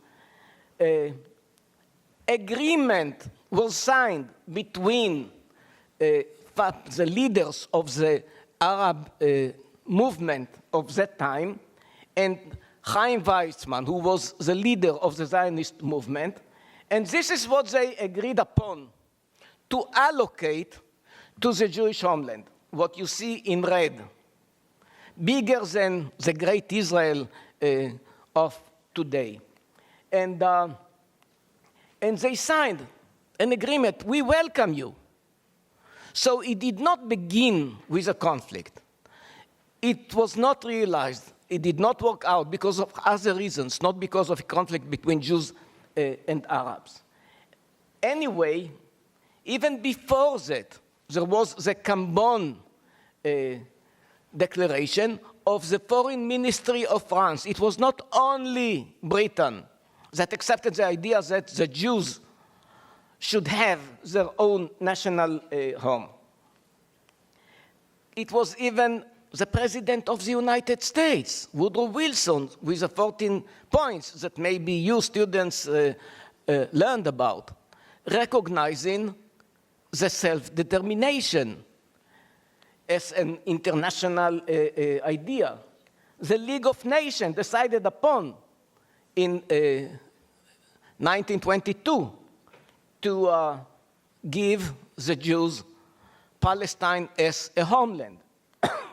And it continued and continued, and the outcome, and here we get to the global Nakba. The outcome of the collapse of empires, of colonialism, was a huge wave of population exchange. Speaking about Turkey and Greece, we are speaking about almost 2 million people, Nakba and Nakba from both sides. When we continue, Germans, immediately after the Second World War, they were forced out, about more than 12 million people. When we continue, we find out that it happened even in Finland. Who knows about the Finnish Nakba? Nobody, because it's over, because it doesn't exist, because they are not refugees anymore. And we can continue Italy and Poland and Ukraine and so on and so on. Now, India, Pakistan, speaking about 14 million people that became refugees, and it continued even in the second half of the previous century, speaking about Cyprus, later on speaking about Azerbaijan with more than 1 million refugees. And the whole story was that the new nation states did not like minorities. That's why we had this phenomena of Nakba and Nakba and Nakba and Nakba. There was a global Nakba, many Nakbas actually. Only in the Balkans, in the previous century, we are speaking about 7 million people that were forced out from their homelands. Now, it was not only practically carried out, it was much more than that, because it was accepted as a norm by the international community. This person, for example, Fridtjof Nansen, he received the Nobel Prize for Peace because he conducted the population exchange between Turkey and Greece. The highest international court of that time, Permanent Court of International Justice, decided upon that this is the best way, moving people, transferring people, the best way to solve conflicts. The Peel Commission of 1937, British Commission in order to solve the conflict between Arabs and Jews, decided upon that this is the best way, population exchange, if we want to solve the problem. And Labour Party in Britain decided upon in the platform that this is the best way to solve the problem in Palestine. Winston Churchill, at the end of the Second World War, spoke about a huge wave of transfers. Even Arab leaders, by the way, decided upon to accept the idea of population exchange. Now, I want to be very cautious when I'm telling you about the norm of the previous century. I'm not recommending a transfer today. It's not what I'm saying. It's not what I'm saying. I'm saying that in that time, in the first half of the previous century, it was the norm. Not today. Not today. Norms change. The point is that so many times you can see in the universities, in other places, people judge Israel about the Nakba, and in a minute we will get to the Palestinian Nakba. They judge Israel about what happened in 1948 according to the norms of today. This is a manipulation. This is a moral distortion. But in order to understand when we get to 1948, and to the Nakba, the Jewish Nakba, the Palestinian Nakba, we have to remember what we faced. And what we faced was that the leader of the Arabs in Palestine, the Mufti Haj Amin al-Husseini, he was already mentioned, he declared, we have to kill all the Jews. Not only in Europe, but also in the Middle East, and of course in Palestine. And it continued. The founder of the Muslim Brothers declared in 1946, immediately after the Holocaust, he said, Germany and Hitler are gone, but Amin al-Husseini, the leader of the Arabs in Palestine, will continue the struggle. Again, the same Hassan al-Banna threatened to throw all the Jews to the sea if there will be a Jewish state. And it continues. The Secretary General of the Arab League declared that in the war there will be extermination to the Jews from the Middle East. And we can continue, but we don't have time to go to all of it. And they threatened, we are going to actually take revenge from the Jews in the Arab and Muslim countries, one by one.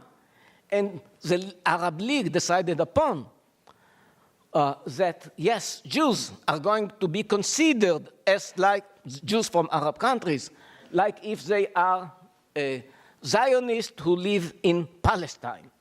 And eventually there was a partition resolution in 29th of November, 1947, and it was accepted by the Jews. It was rejected by the Arabs, all of them. I'm saying Arabs, I'm not even saying Palestinians, because in that time it's very strange, it's very confusing in a way. The only Palestinians until 1948 were the Jews. My parents, who grew up under the British mandate, they were Palestinians. Every Jewish institution in that time was called Palestine. Palestine Bank is the National Bank of Israel today. For example, Palestine Post is the Jerusalem Post of today, and so on and so on. It's not clear, I know. It's confusing. But only in the 60s they began to use the definition Palestinians. But until 1948, only the Jews were the Palestinians. And eventually what happened is that after they rejected the partition resolution, what happened is that they invaded to Israel. And Israel was on the verge of collapse. People do not understand it many times. People do not understand. Yes, after 3 years after the Holocaust, we were afraid. My father was a soldier in that time. And he told me, yes, we were afraid that we are going to be defeated. Not only defeated, because the meaning of being defeated is a new Holocaust, a new extermination, because that's exactly what they declared. That's the background in order to understand the phenomena of the Nakba in the Middle East. I skip it because I told you that I don't have the 7 hours that I wanted. Anyway, yes, a lot of pogroms. Abadie, Rabbi Abadie spoke about it already, so I can skip it, in order to get to Jews. When they came to Israel because of the Nakba, because of the persecution, because of the pogroms against Jews in all the Arab countries, when they came to Israel, they lived in ma'abarot, which mean transit camps, which mean actually refugee camps. But nobody wanted to call them refugees because ma'abara in Hebrew, it's transit. It's only for a short time. Like, by the way, so many millions in Asia, in Europe, that became refugees because of the collapse of empires, because of the collapse of colonialism. They lived in these transit camps, but only for a few years, that's all, and it's over. Just to bear in mind, yes, there was, because Arabs declared war of extermination, many of them escaped, many of them were forced out. This is the Palestinian Nakba. We cannot deny that it happened. I don't want to deny that it happened.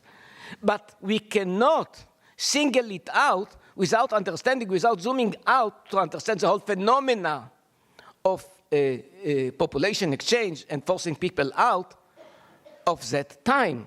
We just cannot. But that's exactly what they do in so many universities. But yes, more than 700,000 people became refugees because they left or were forced out from Palestine because they declared war. But a bigger number of Jews became refugees. And we heard about it already, so I'm not going to repeat all the story. Altogether, he is already telling me that my 7 hours were finished. But altogether, no, we have to bear it in mind. Altogether, we are speaking about 70 million people who became refugees because of Nakba. No one is a refugee today. No one is a refugee today. It's over. It's finished. It takes 1 year, 2 years, 3 years, and they are not refugees anymore. And the only one problem is that there is only one community which is perpetuated as refugees forever. Jews are not refugees. Germans are not refugees. The only one community is, of course, the Palestinian community, because of the international community that perpetuates their situation. The problem could have been solved many years ago, just like all the other communities of refugees. But it was a political decision to perpetuate their status of refugees. I can continue on and on and on with my many hours. Why did the UN establish 2 agencies? The UNHCR, the Commission, which is dealing with all the refugees in the world, and UNRWA, which is dedicated only for Palestinians. And I can go on and on, but I will not go on because my time is finished. Let me tell you just one thing. I began with a story, and I will end with a story. I don't know about all the professors, but I know that most of them are part of the BDS, the professor Mesa, Middle East Studies Association, here in the United States, voted to support the BDS. And we know already BDS, I will not elaborate. Now, it's very interesting because Professor Sullivan from Northeastern University, also in Boston, gave a lecture to his class, 200 students, and he told them about the big crime that Israel committed, the terrible crime that Israel committed in 1948. What a crime. They wanted to exterminate us, and we are supposed to apologize that we were not defeated. Special logic of professors. But anyway, that's what he told the students. Look, here is a crime that was committed in 48. One student who was in my lecture, that was also about, not only, but also about the Nakba, the global Nakba, raised his hand and said, look, dear professor, but a lot of people were forced out in Europe, in Asia, so it was not something unique only to the conflict in Palestine. The professor told him, look, we are speaking here only about the conflict in the Middle East. If you will go to a lesson history about Europe or about Asia, you can say whatever you want. Not here. He said, no, excuse me, dear professor, but more Jews were forced out after pogroms and massacres from Arab countries. Why don't you mention it? You know what? It doesn't make any difference what he answered. He tried to manipulate, but in that minute, after the student told me the story, I felt that I won. I saved one soul, maybe more. But the very fact that he could challenge his professor because he knew the facts was for me, for us, a kind of victory. We have to know history. Not to ignore the Palestinian Nakba, but of course not to ignore the other Nakba, and of course not to ignore the Jewish Nakba. Thank you so much for listening.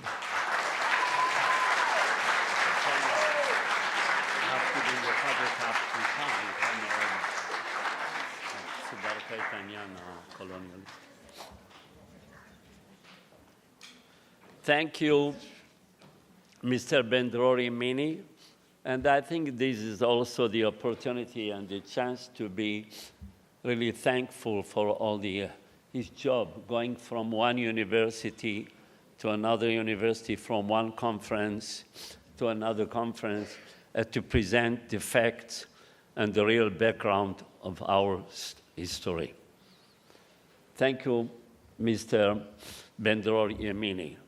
And the last lecturer, we are going to move the presentation of the students from Hillel School after lunch, because we are short in time. So after lunch, we'll have the chance also and the pleasure to listen to the presentations from the Hillel School. And now I would like to introduce the last speaker for this session, Dr. Mordechai Kedar. Dr. Mordechai Kedar, by the way, next week is Hanukkah, yeah? And we are celebrating the special miracle and the few miracles. Also, to Mordechai Kedar, the fact that he is here with us, it's another miracle. Why? Because of his opinion, because of his speeches everywhere, especially in Al Jazeera and everywhere, defending, of course, the Jewish state, the Jewish people. British Airways didn't let him to get in the plane. On the way here, he was in Europe. He had to change and to buy another ticket at the last minute to be with us. This is the situation today that we are confronting. So Dr. Kedar is an Israeli scholar of Arab and Islamic culture and a researcher at Bar-Ilan University. He served for 25 years in the IDF military intelligence, reaching the rank of lieutenant colonel. And as an academician, he specialized in Islamic groups, the political discourse of Arab countries, the Arabic press, and the mass media, and the Syrian domestic arena. He is fluent in Hebrew, Arabic, English. That's the way also he served his country and his people. He is described as one of the few Arabic-speaking Israeli pundits seen on Arabic satellite channels defending Israel, especially in Jazeera, that always they made sure to invite him and to let him to speak. And he's one has to confront so many, I wouldn't say, I could say enemies or not pro-Israelis. So he's really like an angel between all these people. This topic this time is the exile from Arab countries and the concealment of property. Dr. Moti Kedar, Mordechai Kedar, please, bevakasha.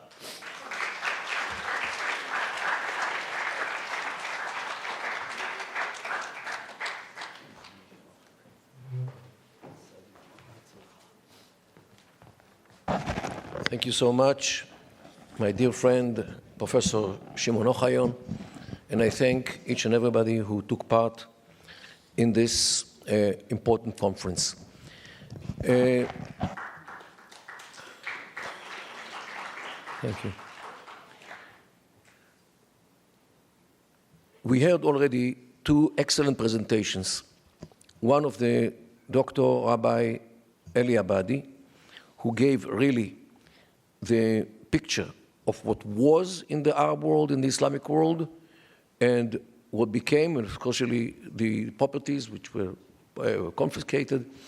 And my dear friend Ben-Dror Yemini, who talked about the, I would say, the atmosphere of the 40s and beforehand, which led to the Nakba, to understand what happened there.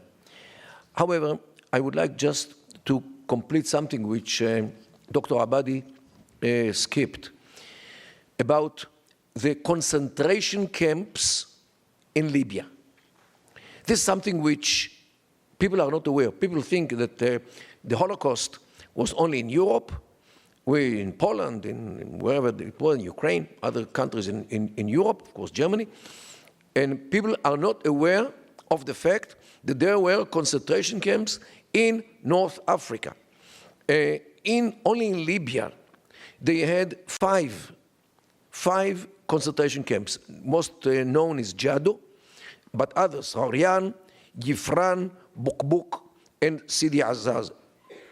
And these are, the Jews were caught, were hunted by their neighbors, not the Germans, but the Arabs who live in Libya, who knew who is Jew and who is not. The Germans didn't know one from another. But the non-Jewish, means the Libyans, hunted them and gave them into the Germans, and they took them to these camps where many of them were just died out of hunger. They kept them without giving them food. So this is something which we all should remember, that concentration camps were not only in Europe, also in North Africa. Another thing which I missed in Dr. Abadie's presentation was the Jews of Bukhara in Uzbekistan, another very important community, very thriving community, well known until this very day. And I think that something which should be mentioned is the Jews of Azerbaijan, which has a very good, let's say, like 13,000 Jews who live today in Azerbaijan, enjoying equality, enjoying the life without any persecution. And Azerbaijan actually is one of the best friends of the State of Israel, without getting to details. Ladies and gentlemen, what I would like to concentrate after all these presentations which we heard is something which nobody touched, is the motivation. Why did you see all these atrocities which made the Jews, especially in the 20th century? Why? We understand the anti-Semitism. And by the way, I don't like the word anti-Semitism. I preferred anti-Jewish sentiment or Jew hatred. Why? Arabs are also Semites.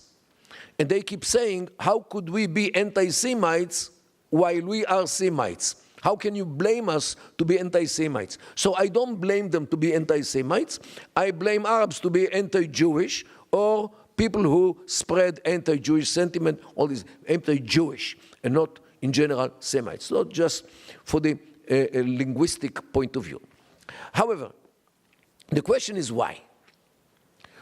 After all, the Arab world has many minorities: Christians, Yazidis, Alawis, Druze, Kurds, Turkmens, Armenians, ethnic minorities, religious minorities, sectarian minorities, Shia and Sunni, and all kinds of other minorities. So definitely the Middle East is a whole mosaic of groups. Of course, the Sunni Muslims are the biggest, but there are many who are not Sunni Muslims. And in many cases, they are more or less tolerated. Lately, less. But during history, they were very much tolerated and accepted, while Jews, who were also, during history, tolerated and accepted, the attitude to Jews changed dramatically ever since the late years of the 19th century, more of this into the 20th century. What happened that we saw all these pictures of expulsion of Jews, extermination of Jews, what we saw in Libya, in the concentration camps? There are two kinds of reasons which interplay with each other. The first one, which was mentioned here and there, was the Arab nationalism. Arab nation was occupied, parts of it at least, by the Ottoman Empire, and most of the Arab in the Mashreq, means from Egypt to the east, Egypt, what today Egypt, Eretz Israel, Jordan, Iraq, Syria, Yemen, and Saudi Arabia, all these, were all under the Ottoman Empire, occupied since the 16th century all the way to the First World War, 1917. All were citizens of the Ottoman Empire, including Jews. Once this empire collapsed, actually was destroyed by the West, by Britain and France, many groups started to talk about themselves as future. What will be our future? Are we Egyptians, Iraqis, Syrians, or are we Arabs, or are we Muslims? What is the definition of our community in order to shape the future borders of our political entity? Are we only Egypt, or are we Arabs from Morocco to Iraq, or are we Muslims from Morocco to Indonesia? Means self-definition, which will mark the borders. And parallel to this, the Zionist movement started to establish or to develop what will later be the State of Israel. Mass migration, aliyot, which started already in the end of the 19th century. Already moshavot like Petach Tikva, Rishon LeZion, Rehovot, Rosh Pina, Zichron Yaakov were established as of 1882. And Jews are talking about returning to Zion, returning to rebuild their Jewish home. And then came the Balfour Declaration in 1917, and then came the San Remo Declaration of the League of Nations, which is much more important than everything else, because the San Remo decision actually establishes, according to the international law, establishes the legitimacy of the State of Israel until this very day. Means the League of Nations, which gave Eretz Israel to the Jewish people, actually is the document which is way much more important than any other thing to establish the idea of the legitimacy of the State of Israel on Eretz Israel. The Arabs are outraged. What? The Jews will have a state? Jews are a nation? Who the heck said that they are a nation? They are communities. In Egypt, they are Egyptians. In Syria, they are Syrians. In Iraq, they are Iraqi Arabs. In Yemen, they are Yemenites. In Morocco, they are Moroccans. Who the heck gave them this idea? They are a nation. And this is why, until this very day, they refuse to consider us as a nation, because they could still consider us as communities, especially Jews in America are Americans who happen to be Jewish. Jews in Russia are Russians who happen to be Jewish. They until this very day, don't accept what we claim, that we are a nation, that refuse to get it. And if there is no Jewish nation, why do they need a Jewish state. So this is one of the problems, the nationalism, which actually the Jewish nationalism is something which competes the Arab nationalism, because Jews are Arabs, so how can they define themselves as Jews rather than Arabs? Okay, so this is the national problem which they cannot accept, the mere existence of the Jewish nation. But there is another problem which is much deeper than this nationalism problem, and this is the religion. I'm talking about Islam. Yes, not all the Muslims see this issue as I was described, yet the violent ones are looking at the state of Israel as a state of Jewish people as a totally illegitimate state. Why? Because it's against Islam. Why? According to their interpretation, the Jewish religion is null and void. Din batil, as they say in Arabic. Din batil means religion which is null and void, batel. Why? Because Judaism was cancelled twice. Once by Christianity 2,000 years ago, and the second time by Islam, which came to the world in the 7th century in order to replace both Judaism and Christianity. Therefore, since Judaism is null and void, why do they need a Jewish state? There is no logic, there is no reason why to have a Jewish state. After all, Judaism doesn't exist anymore. This is one thing. Second problem is the land. The land of what they call Palestine, which we call Eretz Israel, is an Islamic land. Why? Because according to the Islamic Sharia, every halakha, every land in the world which ever was under Islamic rule should forever remain under Islamic rule. There is no way to take any land out of the Islam, because any land in the world has only one-way ticket to enter Islam, not to get out.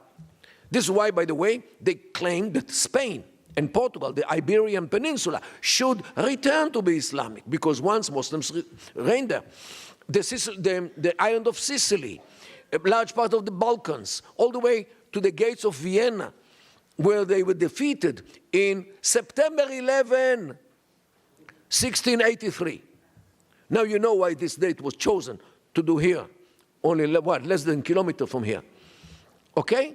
This was the reason, because they took revenge of the defeat which they had in the gates of Vienna in September 11 of 1683.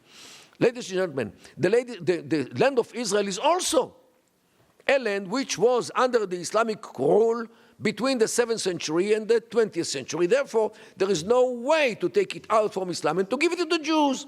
So Balfour, the Minister of Foreign Affairs, the evangelical Minister of Foreign Affairs of Britain, who gave it to him to give it to the Jews? All this they say, man la yamlek a'ataha liman la yastahiq. One who didn't own it, means Balfour, gave it to those who don't deserve it, like Jews. Okay? So there is no way to take it out of the Islamic world. So there is no way to establish a Jewish state on an Islamic land. This is the second problem. The third problem is that we are not a nation, also according to the Islamic view. Why? Because Jews are only religion. It's not an ethnic issue. Why? A Jew in Yemen is a Yemenite Jew, Yemenite Arab who happened to be a Jew. A Jew in Iraq is an Iraqi Arab who happened to be Jew. In Russia is a Russian national who happened to be Jews, like others who are not Jewish. Okay, Judaism is not a nationhood. Judaism is only religion. And therefore, since there is no Jewish nation, why should there be a Jewish state? But in this issue, I must say, they actually reflect their own situation on us. Why? In the Islamic world, there are many nations. There are Arabs and Persians and Turks and Kurds and Uzbekis and Kazakhs and Tajikis and Baluchis and many other nations. And Islam did not galvanize them to be one nation. The same thing in Christianity. There are Christians in Korea, there are Christians in Norway, there are Christians in the United States of America, there are Christians in Africa and in Southern America as well. So what? Christianity made them all one nation? Not at all. Koreans are Koreans and Norwegians are Norwegians. So religion is not something which makes a nation. So why Jewish religion will galvanize the Yemenite and the Russian and the American and the British to be one nation?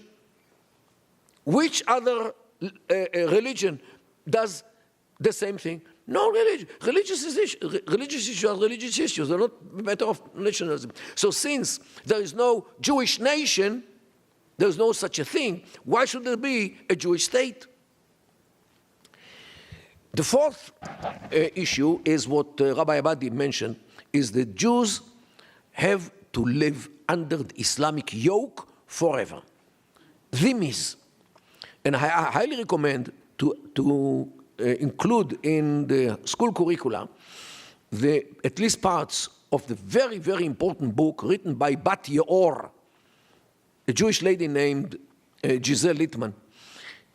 She wrote a book about Islam and dhimitude. Dhimitude is the status of other religions like Jews and Christians under the Islamic rule. What are the rules which they should live under? What Rabbi Abadie mentioned. A Jew, by the way, has to go around with yellow patch. A Christian with purple patch. And this was not invented in Europe in the 1930s. It was invented in Baghdad of the 9th century under the Abbasids in order to mark the Jews and Christians because they are impure, najas. And everybody should move aside. A Jew and a Christian should walk in the sewage canal in the street. And in the Middle Ages, there were no sewers under the ground. And in the street, whatever they had in the sewage canal was whatever came out from the households, and not only from the kitchens. And in this, Jews and Christians should walk in the sewage canal. A Jew and a Christian should not ride a horse, only a donkey, in order to belittle them. The Jewish home and the Christian home should be lower than the Muslim one. A synagogue and a church should be lower than the mosque. And the Jews and Christians should pay jizya, wahum sarirun, as they say in the Quran, while they are humiliated. They should crawl on the ground, give the money from their hand, as it said in the Quran, get a kick, and run out of the room. Because this is how the Quran orders them to pay the jizya under the Islamic rule.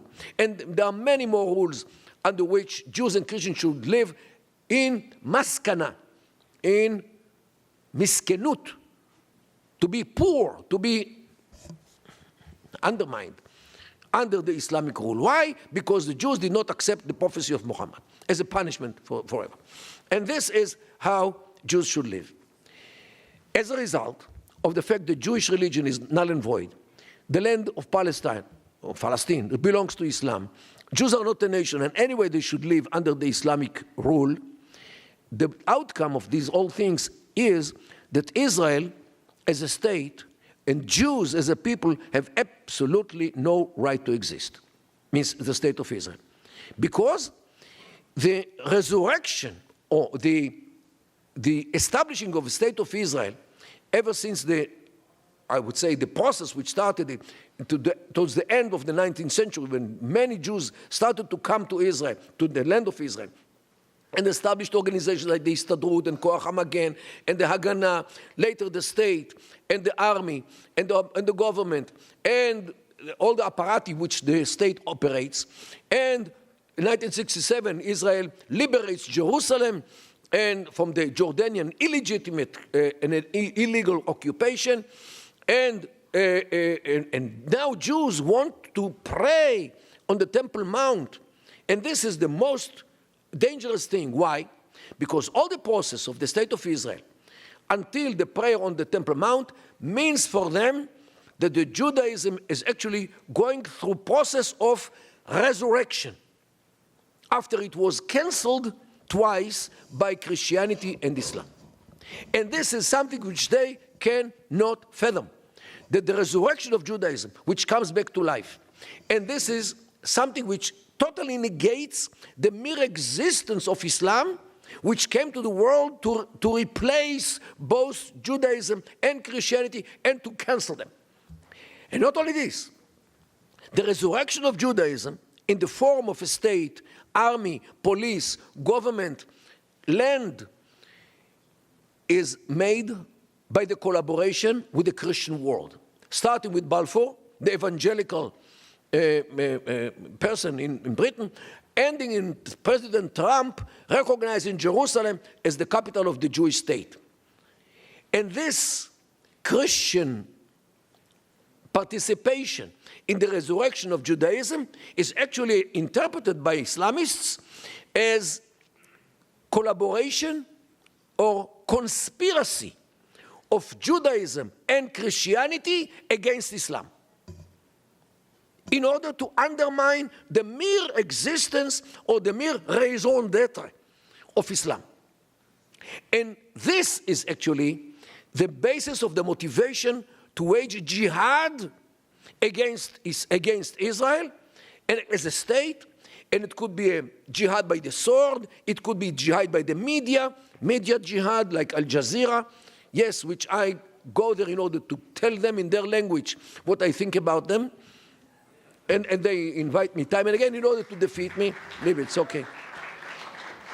Although, according to the confession of the manager of Al Jazeera, they invite Israelis in order to bash them, in order to devour them on air.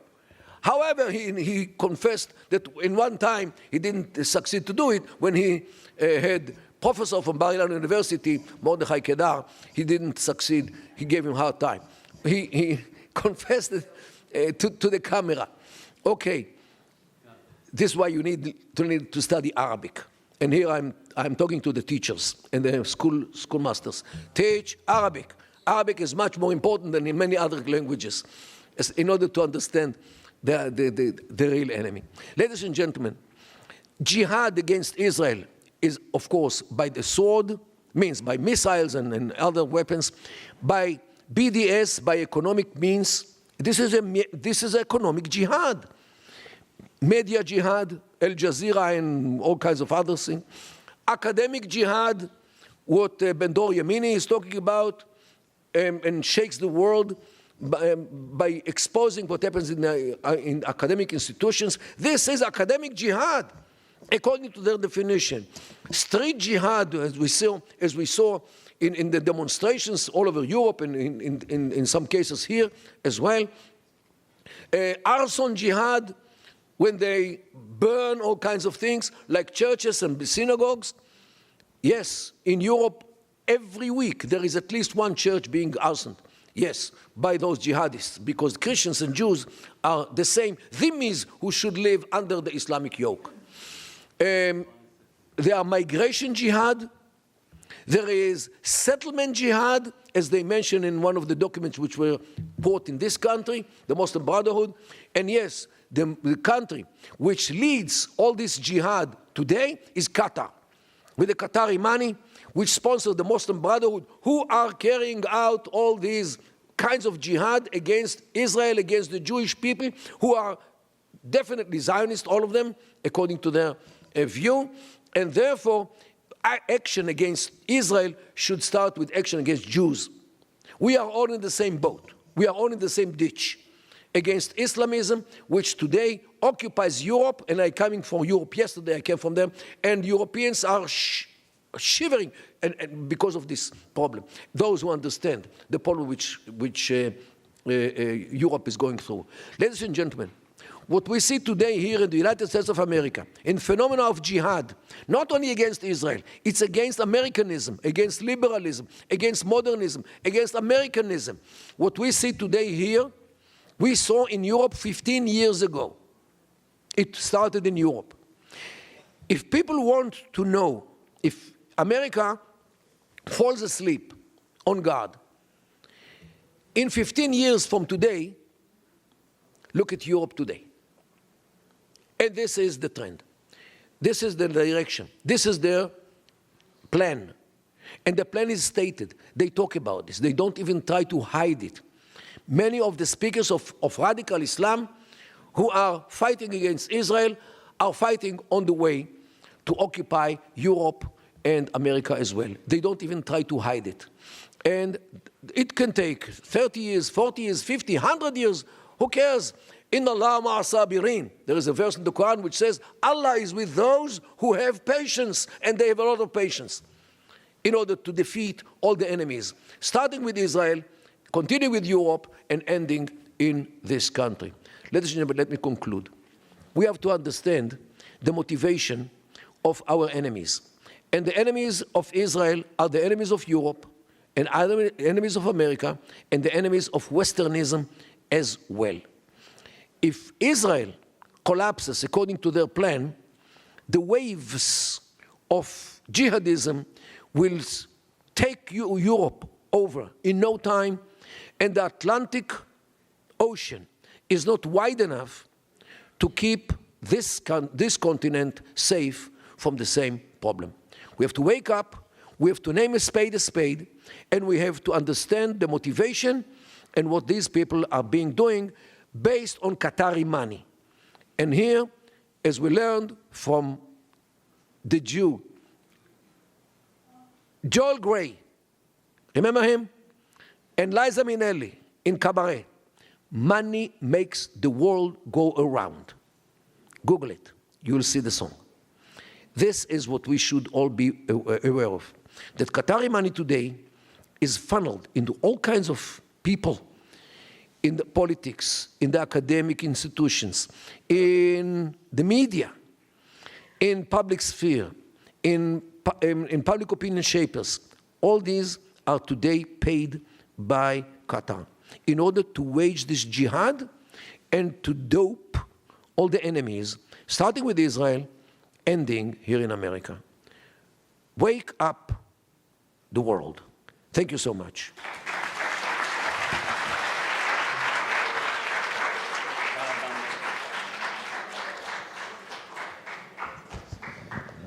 Thank you, Dr. Moti Kedar. I think we had really excellent speakers, 3 lectures. We started with the student presentations. I just want to make one comment. Don't forget that Jewish people lived in these countries that became later Arab countries before, about 700 years up to maybe 1,000 years, before the Arabs came to these countries. Some of the cities, as I remember, I know myself, in Morocco, for example, just in 1940, the majority of this city was Jewish. 60% were there. But they never claimed that this is their homeland. Their homeland was always Israel. Thank you.